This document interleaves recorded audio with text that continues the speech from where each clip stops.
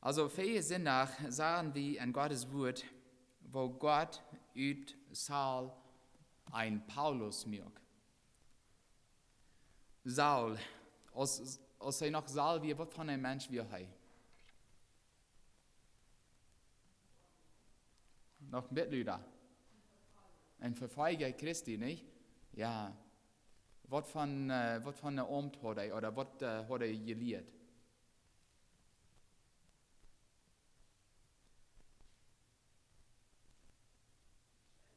Ja, der war ein Pharisäer.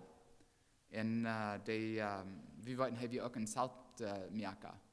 Aber der war ein Pharisäer, der hat von Gamaliel gelehrt, das war ein von der ganz besten Pharisäer damals. Und Gottes Wort erwähnt Gamaliel eigentlich bei einer anderen Stadt, wo Gamaliel eigentlich reden wird. Und der hat auch seine Weise Video gehört. Der war, was von der Mensch Saul, der war wie nett, freundlich. Sehr extrem, ja, sehr ruhig. Die sagt alles so, da muss es das sein, da muss kriegst es die Pharisäer sein, dass die Pharisäer dort sagen, und wenn nicht, dann wird das arg. Und die haben mit sehr vielen Menschen geschafft, um die Christen zu verfolgen. Männer in Frühes, eingestorben, und Luther dann lesen wir, dass viele von den Menschen wurden sogar umgebracht. Und dann einen Tag ging er wohin, ne? Damaskus, und da, du auf dem Weg nach Damaskus, du erschien Jesus Christus an. Und Jesus fragt am Saul, woran verfolgst du mich? Und Saul fragt, wer bist du? Ich sehe Jesus, den du verfolgst, sagt Jesus dann. Und dann von da wieder wird Saul ein ganz anderer Mensch. Der war ein Paulus, dort hat Gott getan. Der hat nie etwas Saul gemerkt. Und dort hat an uns auch getan. Wenn wir Kinder Gottes für dich sind, wie wir Moses Saul wir. Aber Gott hat uns was nie gemerkt. Wir sind nie Menschen. Und Jesus sagt, ein Tag, wo wir nie Nummers kriegen. Saul hat sie auch gekriegt. Der ist ein Paul. Und wir sind auch nie Menschen an Jesu Christi. Wir lesen viele Werk, dort nur Stephanus' Steinigung oder nur Stephanus gesteinigt wird, dort kriegt dann fängt eine große Verfolgung über die Gemeinde in Jerusalem an und sie werden über ganz Judäa und auch in Samaria verstreut, büte der Apostel. So, wir wissen nicht, woran Gott dort leid, dass der Apostel nach in Jerusalem bleiben können, aber viele von den anderen Jüngern, die müssen weg. Und dann in Apostelgeschichte 8, Verse 4 bis 5, wir losen diese Verse all, so sagt Gottes Wort, die verstreut werden, gingen alle Wegen und predigten dort Wort. Und dann kam Philippus in eine Stadt in Samaria und predigt an durch von Christus. Diese Philippus, Bibelforscher glauben, dass das Philippus ein von den 7 Männern, wie er mit Stephanus die erste Betfrühes deuten. Und nu wie er Missionar und er verkündigt Jesus Christus. Und er war in Samaria und er hat sehr viel Erfolg in Samaria. Wir wollten dort nur seine Himmelfahrt, seht Jesus Christus zu seinen Jüngern in Apostelgeschichte Kapitel 1, Vers 8. Wenn der Herr jetzt über ihn kommen wird, wird die Kraft kriegen und die wollen meine Zeugen sein in Jerusalem, in ganz Judäa, in Samaria und über die ganze Welt. Und nu wird es durch, dass die Jünger in Samaria gehen sollen, seinen Dur für Christus zu gewinnen. Die mussten in Jerusalem anfangen, aber nu wird es so weit, dass sie in Samaria gehen sollen. In Philippus, die dort mit Frieden. Er hat sehr für Christus geschafft und Gott gab ihm auch sehr viel Erfolg. Lass mich die Verse 6 bis 8 weiter lesen. Verse 6 bis 8. Und dort Volk wir sich einig in beide Sachen, als die Hirten, was Philippus sagt, und die wundertätigen Sachen, die er durchdeit. Wir es arene jetzt erfuhren mit einem großen Geschrei ut viel besetene Rüd, und viel, die gelähmt in Lohn werden geheilt, und du wir eine große Freude an der Stadt. Und Vers 9 wird uns dann ein Mond vergestellt. Wer wird dort? Oder wer ist dort? Simon. Dankeschön. Mit Gottes Hilfe, wo wir von der Samarias Simon sein Leben betrachten. Das sind 3 Dinge, die wir von Simon betrachten werden. Erstens, was von Menschheit wie Eier Christ wird. Zweitens, wo wir seine Bekehrung im Bett sehen.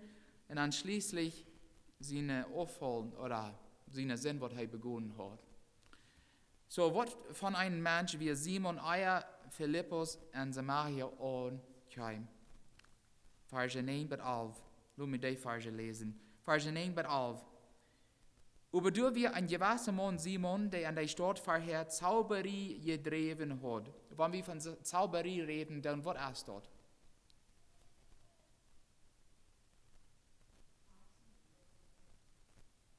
Bitte Lüder. Okay, Hexerie, nicht? Hexerie? Ja, ich weiß nicht, ich war bloß alle. Ich kann nicht mal so gut hören. Hexerie würden viele sein. Witchcraft sei wie in Englisch oder Wicca. Und dort wird dieser Deut, der wie ein Sorcerer, sagt die englische Übersetzung. Er hat die Zauberie driven. Lass mich nun bitte wiederlesen. Er hat das samaritische Volk bezebert und vergejeft, was größer zu sein. Nur den harten sie alle, vom kleinsten bis den gradsten, und sehen, diese ist die Kraft von Gott, der die Grote genannt wird. Oder anders übersetzt, die haben gedacht, dass Simon der Messias sein. Sie kickten alle ab nach ihm, wie es er an so lang mit seiner Hexerie bezebert hat. In einem Bibelgelehrer erklärt, damals aus der neutestamentlichen Gemeinde anfangen, dass wir Hexerie sei groß, und vierten wir ein Zauberer, diese Witches oder Sorcerers, sei einflussreich. Die können auch was Wunder tun. Und die Wunder, die sie deuten, wären vierten bloß Illusions oder Tricks, nicht wirkliche Wunder, manchmal bloß eine Enttäuschung, nicht? Aber zweimal haben sie auch echte Wunder tun, und das deuten sie durch Zutundskraft und nicht von Gott. Simon hat so viel Wunder und Illusions getan, dort war sie sogar glauben, dass er der Messias war. Die Samariterin oder die Samariter-Menschen, was von Menschen wären die? Was von der Hintergrund hatten die? Wer weiß?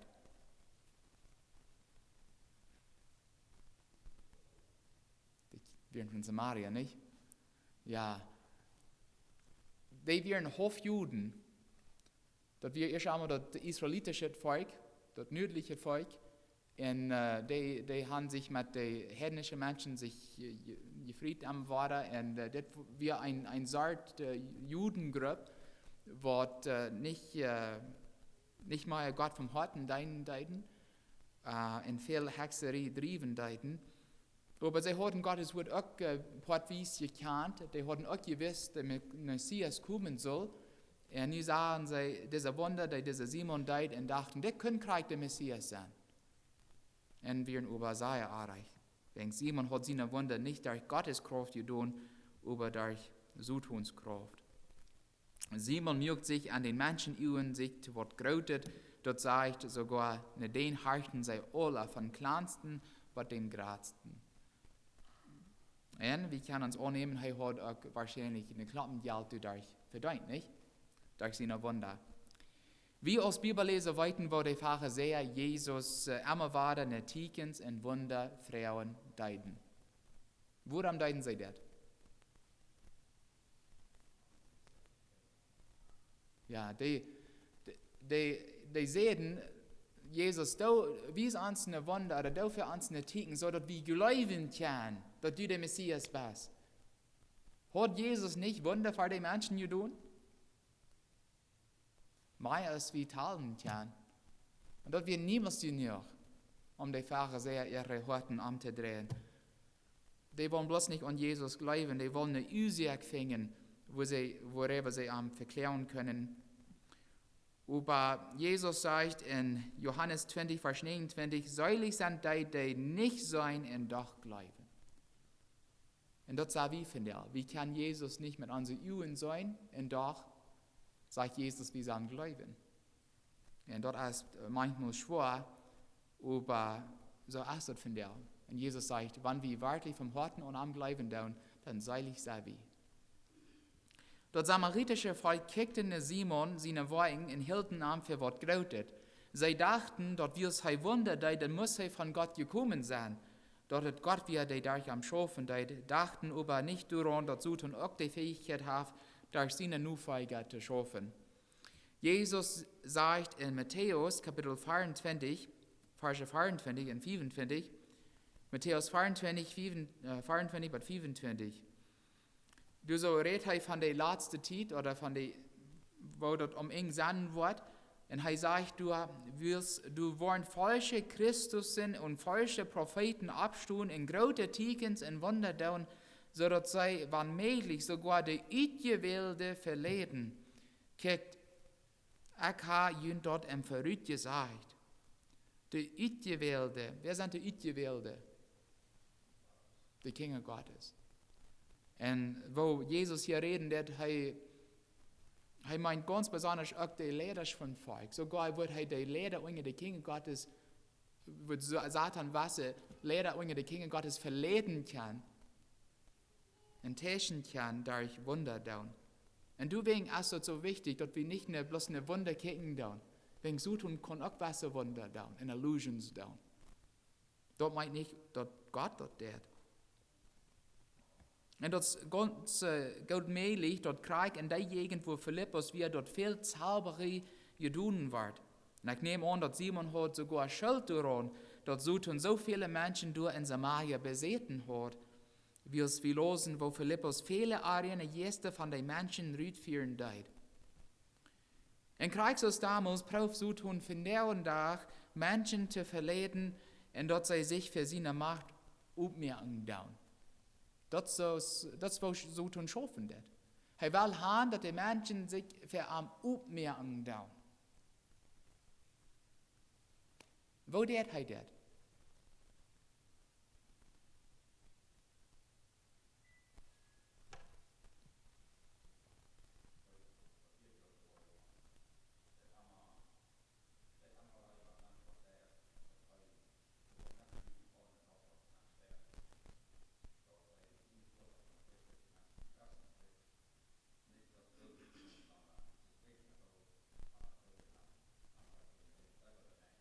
Ja. Ja. Ja, hij prophezeit uns zu versiegen, dass wir erstens ans Glauben und Zweifeln tun, dass wir die guten Dinge, die wir tun sollen, nicht tun, und die schlechten Dinge, die wir nicht tun sollen, tun. Und hij schafft auch in andere Wege. Zum Beispiel, wenn wir nicht abholen tun mit unseren Augen, was wir ankicken tun. Wenn wir eine schlechte Musik hören tun. Und von der und nach, ich weiß, du hast immer gute Musik gewusst, was Gott ehren wird, und du hast auch immer schlechte Musik gewusst. So, eine kann nicht sein, dass Musik, was von der ist, das wird besonders, right, besonders schlecht. Und doch, wenn eine unwasse Musik hören wird von der und nach, du hast eine, Billie Eilish, die junge Menschen wollen auch vielleicht besser kennen als ich. Sie sind ganz öffentlich von weise Gäste dein, von Menschen ermorden, eine grausame Sachen. Und viele würden dort unhorchend sein, ich konnte die sowieso nicht verstehen. Aber Musik, wo das hört sich schein. Und die wird, schafft so tun nicht durch so eine Musik aus dort. Das er nicht? Langsam die Menschen erwarten, für seine Sachen aufzumerken. So schafft so tun. Gottes Wort nannt ihn als ein Engel des Lichts. Er braucht Dinge, die nicht für zu sein ist, dass die schlecht sind. Und er braucht die Dinge, um Menschen ihre Worte aufzumerken für ihn. Aber die weit genug auf sind, dass sie ihn annehmen dürfen. So schafft er. Und wir sind viele andere Beispiele, die einer von der noch erwähnen können.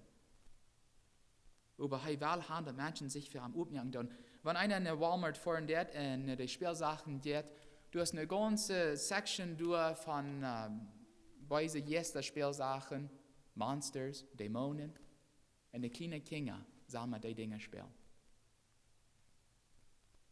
Und die Menschen, die sagen nicht, dass das was Schlechtes ist. Du sind Board Games aus Ouija Boards und andere Sachen aus dort, wo einer soll die beide Gäste eine Antworten fragen.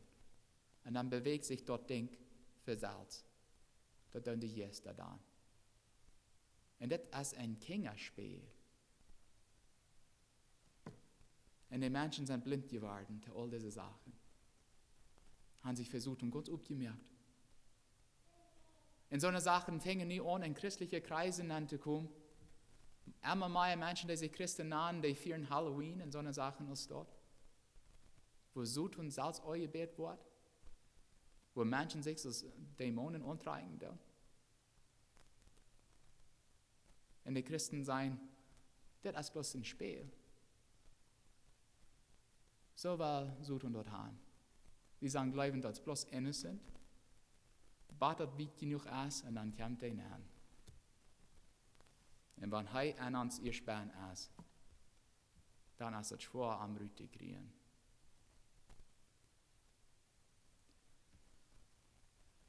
Wie machten sie abhosen? Dort wie als Kinder Gottes nichts mit Hexerie zu tun haben. Weil die sagen hier in der Stadt als Hexerie, die nennen dort Wicca. Das ist eine Religion. Die halten dort für eine Religion, kriegst du als Gott ein. Wicca ist dort ganz busigste, teilnehmende Religion hier in der Stadt. Du sind mehr Menschen, die Wicca annehmen, als Jesus Christus hier in der Stadt. Du hast ein Gefahr davon.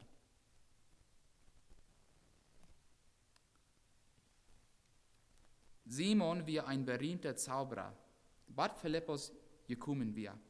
Wir losen in Vers 12 und 13, als sei übergreiften, was Philippus an vom Gottesregen von Jesus Christus seinen Namen predigt, dann leiten sich viel Mane in frühes Deipen. Dann kam auch Simon zum Glauben und leitet sich Deipen. Hier würde ich sagen, Amen, Halleluja, Gott hat ein Wunder getan. Da hat ein Zauberer Jesus Christus hat gebracht. Er hat ein Kind Gottes über ein Zauberer gemerkt.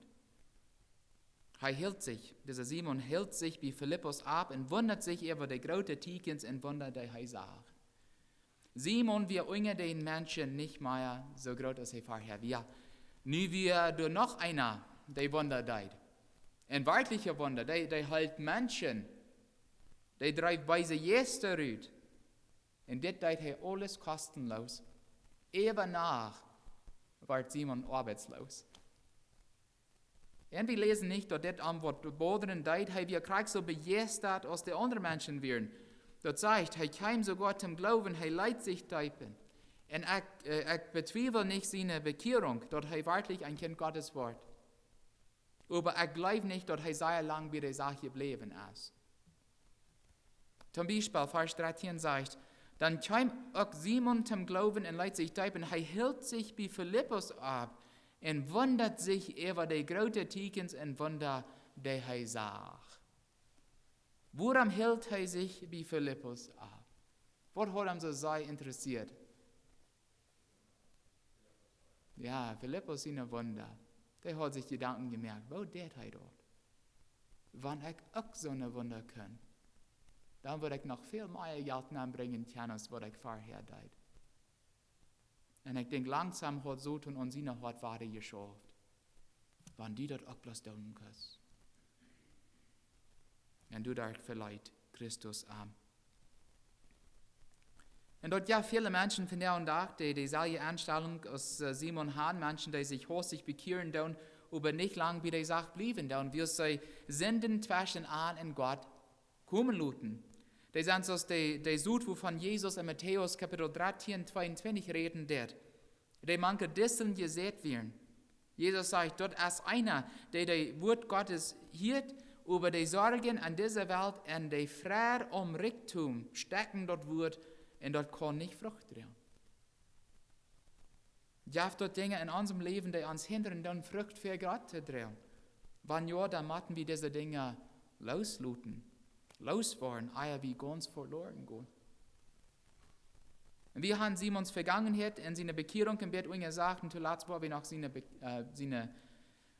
Sinn betrachten. So als wir all weiten, hat Gott eine große Erweckung in Samaria eingesteckt.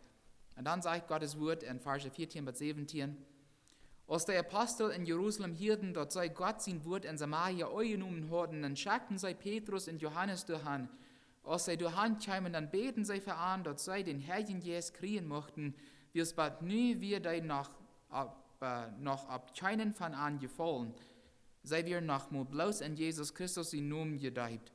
Dann läden sie an, die hängen ab, und sie kriegen den Herrn Jesus. Dort als Gottes Willen, dort die, wat reingewaschene Horten haben, auch den Herrn Jesus kriegen sollen. Das sei wie hier ganz klar. Hier in uns Tags, los, wie wo die sich zum Glauben kommen, nicht kurz vom Herrn Jesus gefällt werden. Dort ja viele Menschen wird sein, wenn einer sich deipen luten wird, am Bude deipen luten wird, dann kriegt einer durch den Herrn Jesus. Aber diese werden all in Jesus in umgedeipt, haben trotzdem den Jesus Gottes nicht gekriegt. So wie weiten dort als nicht mit der physischen Deipen wird zu tun.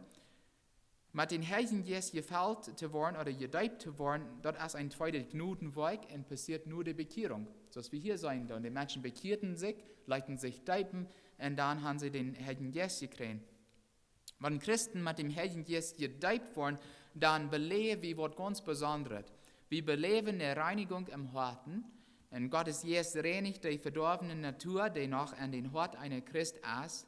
Und das ist diese verdorbene Natur, die immer wieder proben wird, uns durchzubringen, dort wir so eine Entscheidungen treffen, dann nur was das Fleisch will und nicht nur was Gott will. Dort ist ein ständiger Streit zwischen uns und Gott, was wir das getan haben.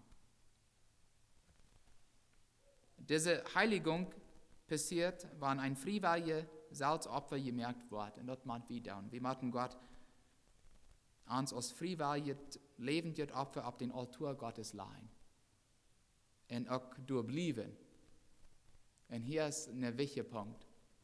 Ein Prediger sagt mal, das Problem mit lebendem Opfer ist, dass sie vom Altar Gottes raufkommen.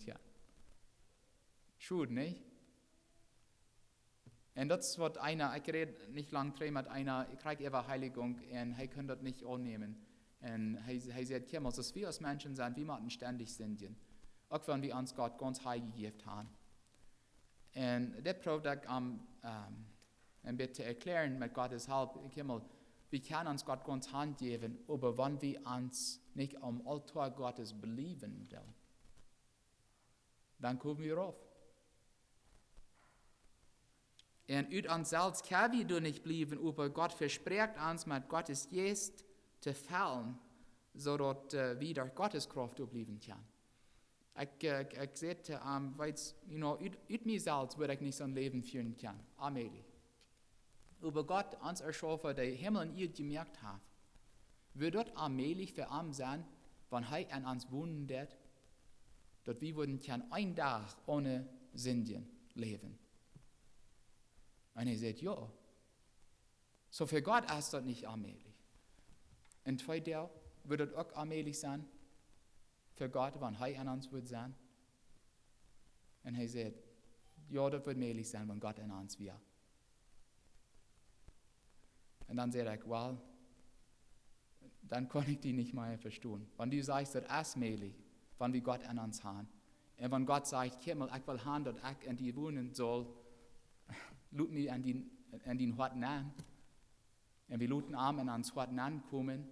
Und mit Gottes Kraft können wir so ein Leben führen, sodass er am Hort bleibt. Soll das nicht allmählich sein, so ein Leben zu führen, wo durch Gott verherrlicht wird? Die Sache ist, wenn wir Heiligung mal erfahren haben, das meint nicht, dass das nur allmählich ist, zu sündigen. Wenn wir Gott nicht horchen und ja horchen, dann kommt Sinn weiter in den Horten an. Das ist möglich. Aber Gott will haben, dass wir arm Luten ans Leben führen. Und wenn er ans Leben wird, wenn er der Vorder ist, dann wird er niemals uns so ein Leben führen, wo wir weiter sündigen machen. Wenn Christen mit den Herrn Jesus gedeiht worden, dann beleben wir Gott selbst an uns. Er kommt in unsere Horten an und er merkt sich dort tüß. Mit dem alles im Sinn, werden wir nu wieder lesen, Verse 18 und 19. Als Simon nu sagt, dass an den Herrn Jesus gegeben wird, wenn der Apostel an den Hang ableden, baut er an Geld an und sagt, gib mir auch diese Kraft, dass wenn ich wem den Hang ablei, der den auch den Herrn Jesus kriegt. Und nu wisst er, wo der Apostel ihre Wunder deuten. Dort wird durch Gottes Kraft, durch den Herrn Jesus. Und wenn er den Herrn Jesus hat, dann kann er auch die Wunder für die Menschen tun. Würde es nicht wunderbar sein, wenn alle Menschen auch eine Arm kicken würden? Und besonders, wenn er utfingen können, wenn er seine Hänge auf Menschen leihen würde, dass sie auch den Herrn Jesus kriegen würden, würde er nicht bloß gräsen viel Geld durch mir kann. Er wird Gott schachern. Gott verkaufen. Das hört sich schlecht, nicht? Aber das, was er am Sinn hat.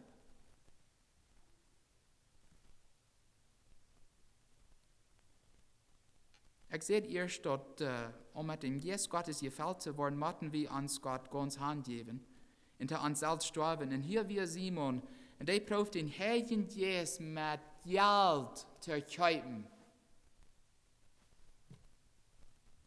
Das ist eine Chance. Und was sagt Petrus zu ihm? Vers 20 bis 23. Und hier sei wie wo ernst diese Sache wir. Petrus sagt zu ihm, möchtest du mit dein Geld taub verdammt werden? Wirst du sagst, dass Gott seine Guf können mit Geld gekauft werden, du hast in dieser Sache kein Port nach Unteil, wirst dein Hort steht nicht reich mit Gott. Hier am von deinen Lehen sein in Bet zum Herrn, womöglich wird er die dort vergeben, dort du so eine Gedanken im Horten hast. Bis ich sei, dass du voll Bitternis bist und dass du dein Hort und den Sinn gebunden hast. Dort wird Petrus ganz klar, dass Simon kein Kind Gottes mehr wird. Kein Kind Gottes wird proben, den Herrn Jesus mit Geld zu geben. Wenn Simon eine Motiven hat, und wie weit das er hat, nu werden die ganz aufgedeiht.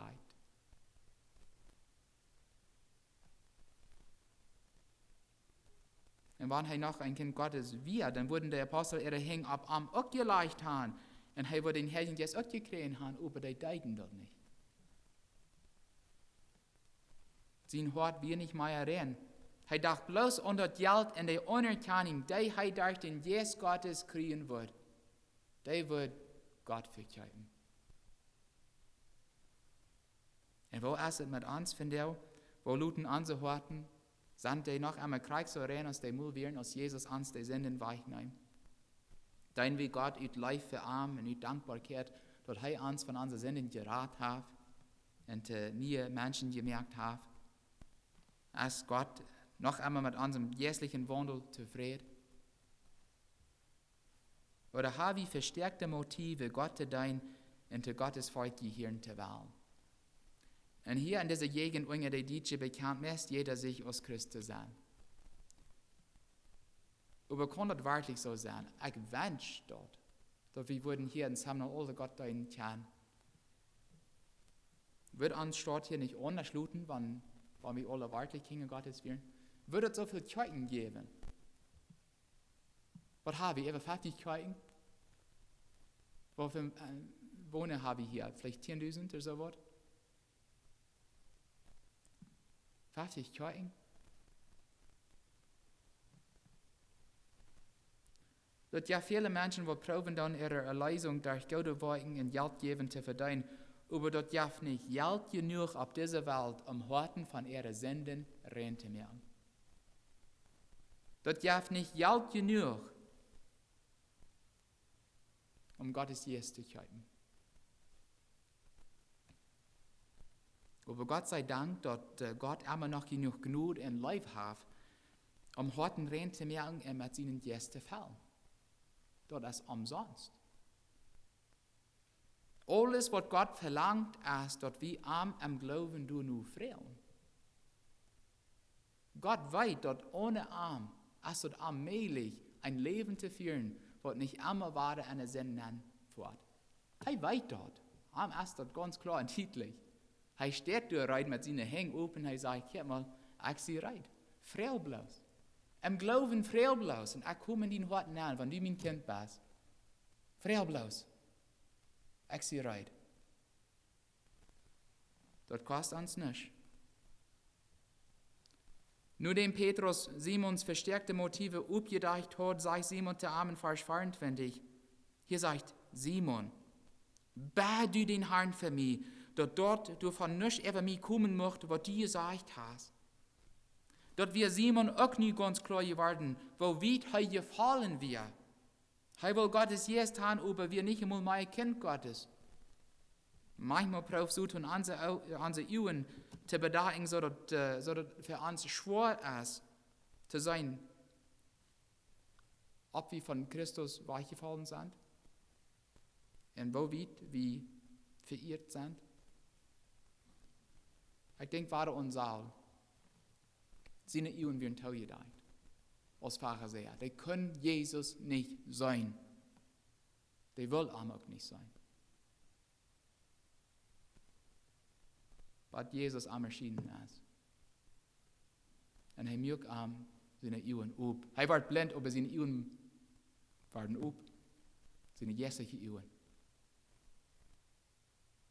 Und dann sagt er, wo Getrantheit von Gott wir. Mocht Gott uns Davids Anstellung geben, sodass wir würden immer weiter so beten, als er in Psalm 139 gebet hat. Er sagt, du Gott, sei mal, wo dort mit mir steht. Und ihr sieht mein Hort, prüf mich ut und sei, wo ich dort mein. Und sei mal, auf ich ab den weisen Weg sie und led mich ab den ewigen Weg. Wenn wir immer so beten, dass Gott uns alle Tag wiesen soll, wo wir vor am Stunden da, und demutig genug sind, wann du was zwischen uns gekommen ist, als uns und Gott, dass wir die Dinge immer Gott bringen dürfen. Und wenn wir Gott in seinen Jes fragen, und er uns fällt mit seiner Kraft, ich meine, das ist das Art Leben, was Gott von uns verlangt. Mag Gott mit uns sein. Amen.